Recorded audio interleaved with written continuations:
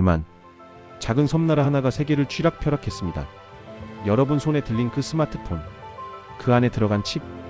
90% 이상이 대만에서 만들어진 거거든요. 근데 말이죠. 이게 축복이었을까요?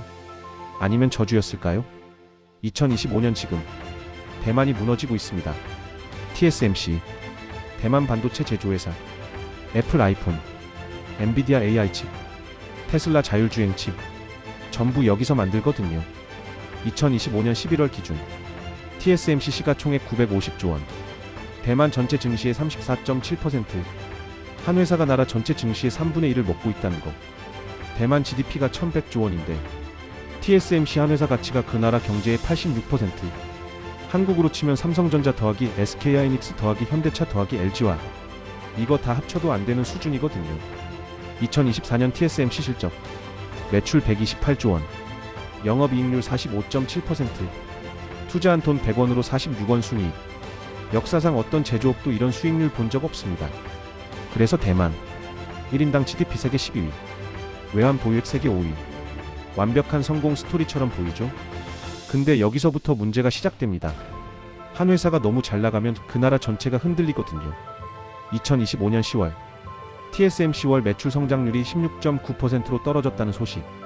그날 대만 증시 하루에 7.2% 폭락. 경제학자들은 이걸 자원의 저주라고 부릅니다. 석유 많은 나라 오히려 더 가난해지고, 다이아몬드 많은 나라 내전이 끊이질 않잖아요. 대만은 석유 대신 반도체를 캤는데 그 반도체가 너무 많이 나와서 이제 다른 산업은 다 죽어버린 거거든요. 2025년 현재 대만 제조업 부가가치의 57.5%가 반도체와 전자에서 나옵니다. 한국은 반도체도 하고 배터리도 하고 자동차도 하고 조선도 하고 화학도 합니다. 그래서 한쪽이 흔들려도 다른 쪽이 버팀목이 되는 거죠. 근데 대만은 그럴 피난처가 없습니다. TSMC가 잘 나갈수록 다른 산업은 인재도 투자도 관심도 다 뺏기거든요. 대만 최고 명문대 전자공학과 나오면 선택지가 거의 없습니다. TSMC 아니면 끝. 결국 젊은이들은 TSMC에 붙느냐 아니면 인생 망하느냐. 이 극단적 선택만 남는 거죠. 국가 운명이 한 회사 실적 발표에 달려있는 상황. 이게 바로 대만이 스스로 판 첫 번째 함정입니다. 여러분, 대만을 지도에서 찾아보세요. 중국 대륙에서 딱 180km, 280km. 이 짧은 거리가 대만의 모든 운명을 결정했습니다. 너무 가깝기 때문에 중국이 언제든 미사일로 다 때려부술 수 있고, 너무 가깝기 때문에 중국의 저렴한 노동력과 거대 시장을 마음껏 쓸 수 있었던 거죠. 이 모순된 거리가 대만을 반도체 제국으로 만들었고, 동시에 지금 죽음의 카운트다운을 재촉하고 있습니다. 섬나라는 태생적으로 선택지가 없거든요. 석유도 없고 철광석도 없고 밀농사도 제대로 못 지어요. 모든 원자재는 배로 실어와야 합니다. 이 구조에서 살아남는 유일한 방법?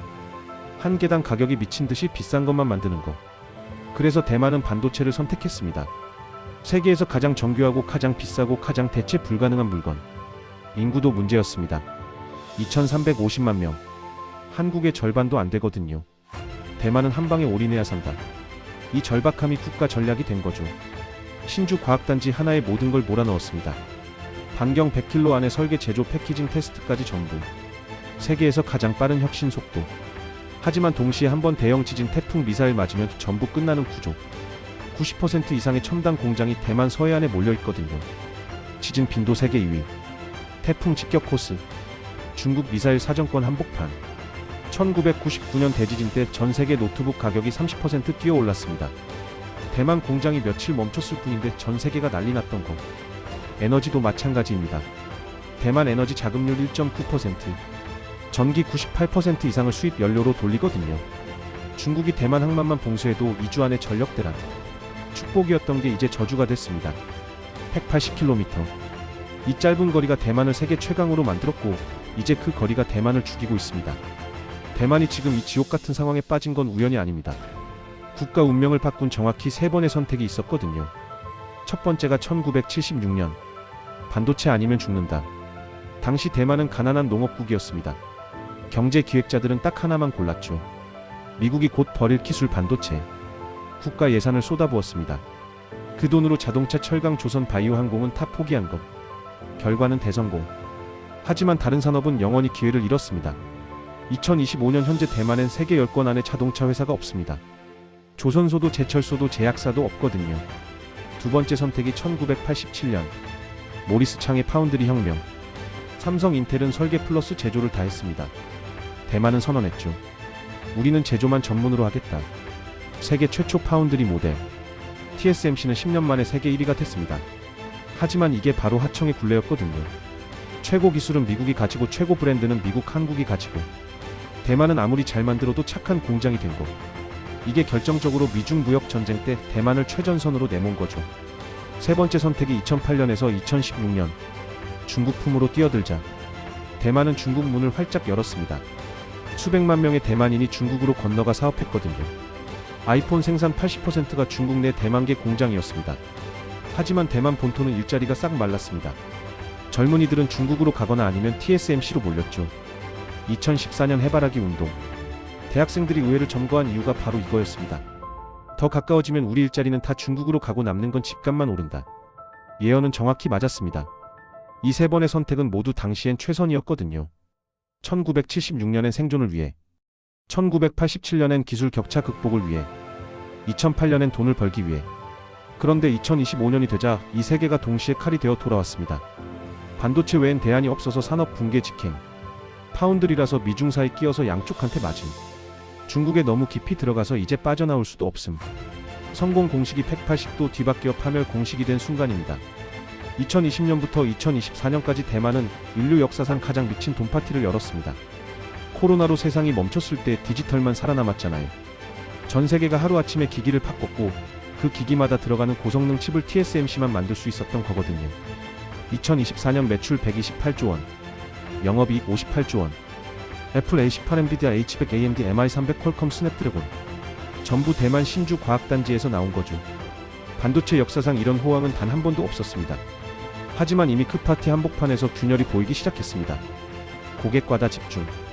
TSMC 매출의 65%가 단 10개 고객에서 나왔거든요. 애플이 아이폰 판매 부진이라고 한마디만 하면 TSMC는 20% 매출이 날아갑니다. 돈 먹는 하마된 설비 투자. 2나노 공정 하나 개발하는데 400억 달러. 기술 해자 붕괴 속도. 10년 앞서간다는 해자가 3, 4년으로 좁혀졌습니다. 그리고 2025년 10월.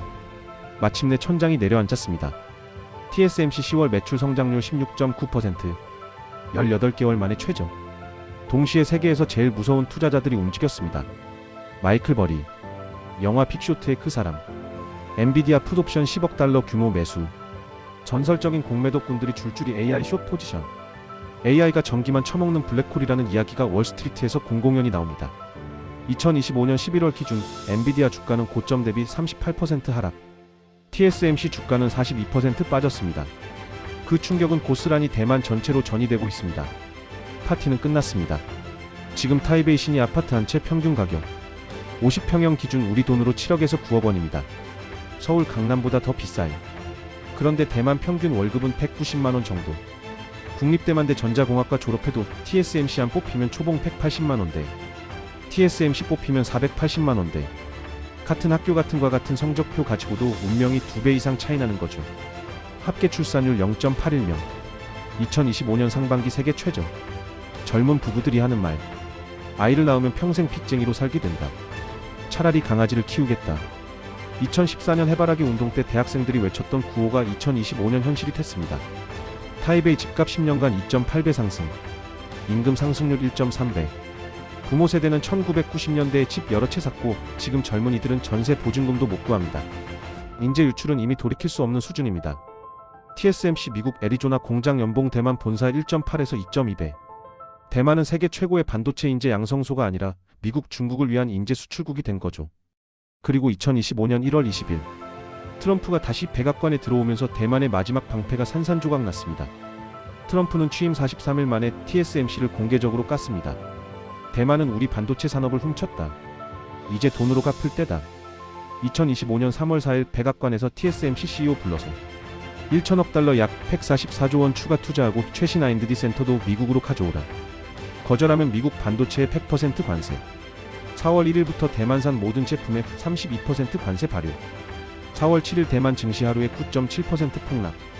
결국 TSMC는 무릎 꿇었습니다. 실리콘 실드. 실러컨 실드라는 게 있었습니다. 첨단 반도체는 대만에만 있으니까 중국도 미국도 대만을 함부로 못 건드린다. 핵무기 같은 억제력. 근데 트럼프가 그 방패를 직접 부쉈습니다. 핵심 기술, 핵심 인력, 핵심 공장까지 미국으로 옮기라고 강요하면서 대만이 중국에 먹혀도 우리는 괜찮아라는 메시지를 전 세계에 보낸 거거든요. 모리스 창 TSMC 창업자는 2025년 인터뷰에서 이렇게 말했습니다. 반도체를 자유롭게 거래하던 시대는 끝났다. 이제는 정치 무기다. 실리콘 실드는 끝났습니다. 그리고 대만의 시간은 정말 얼마 남지 않았습니다.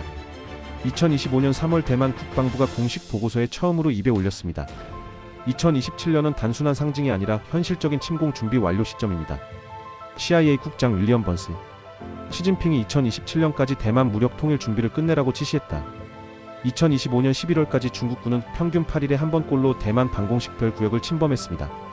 누적 2100회 이상. 전문가 추정 전면 침공 시 대만이 버티는 시간은 14일에서 30일.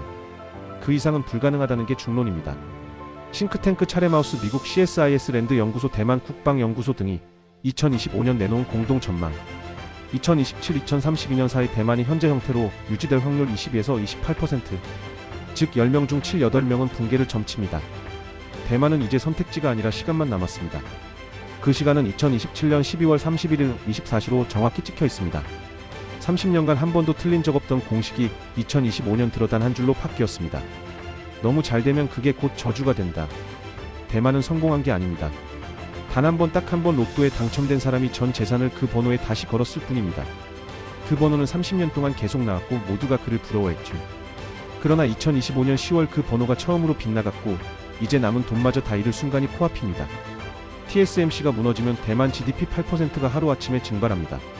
수출 20%가 사라지고 실업률은 15에서 20%까지 치솟습니다. 타이베이 집값은 40에서 60% 폭락하고 대만 달러는 30에서 50% 평가 절하될 가능성이 높습니다. 그리고 그때 중국이 움직이면 더 이상 저항할 힘도 국제사회가 구해줄 명분도 남지 않습니다. 이건 먼 나라 이야기가 아닙니다. 2025년 11월 현재 한국 경제 구조는 대만 2015년 수준을 빠르게 따라가고 있거든요. 반도체 플러스 2차전지 GDP 비중 25% 돌파. 삼성전자 플러스 SK하이닉스 시가총액이 코스피 38%. 합계 출산율 0.72명 대만보다 더 낮습니다. 우리는 지금 대만이 10년 전에 섰던 그 지점에 정확히 서 있습니다. 그때 대만이 이제 좀 나눠야 하나라고 고민했다면 2025년에 지옥은 없었을 겁니다. 그러나 그들은 더 집중하자를 선택했고 그 결과가 지금 눈앞에 있습니다. 한국이 대만의 전철을 밟지 않으려면 지금 올해 안으로 2026년 초까지 반드시 끝내야 합니다. 국가 차원 과잉 집중 방지법을 제정해야 합니다. 특정 산업, 특정 기업이 GDP 10%를 넘지 못하게 법으로 강제하는 거죠. 반도체 배터리 호황 세금을 미래산업펀드로 전액 전환해야 합니다. 5년간 100조 이상 모아서 바이오 우주 양자 로봇 신소재에 뿌리는 겁니다. 수도권 집값 잡을 실질적 공급 폭탄이 필요합니다. 3년 내에 150만 호 시립주 가능 물량을 확보해야 합니다. 기업별 의무 분산 투자 제도도 만들어야 합니다. 삼성, SK, LG 등 대기업이 GDP 1% 규모의 신산업 투자를 의무적으로 하게 만드는 거죠. 최첨단 공정도 일부라도 해외 국내 다지역으로 분산해야 합니다. 지진 전쟁 리스크를 해지하는 겁니다. 이걸 2030년까지 안 하면 2035년쯤 우리는 한국판 몰락 다큐멘터리를 보고 있을 겁니다. 그때 제목은 이렇게 될 겁니다. 한때 반도체와 배터리로 세계를 쥐락펴락했던 나라 2025년부터 10년 만에 어떻게 무너졌는가? 대만은 우리에게 묻고 있습니다. 너희는 우리처럼 될래? 아니면 지금이라도 멈출래? 선택은 지금 이 순간 우리 몫입니다.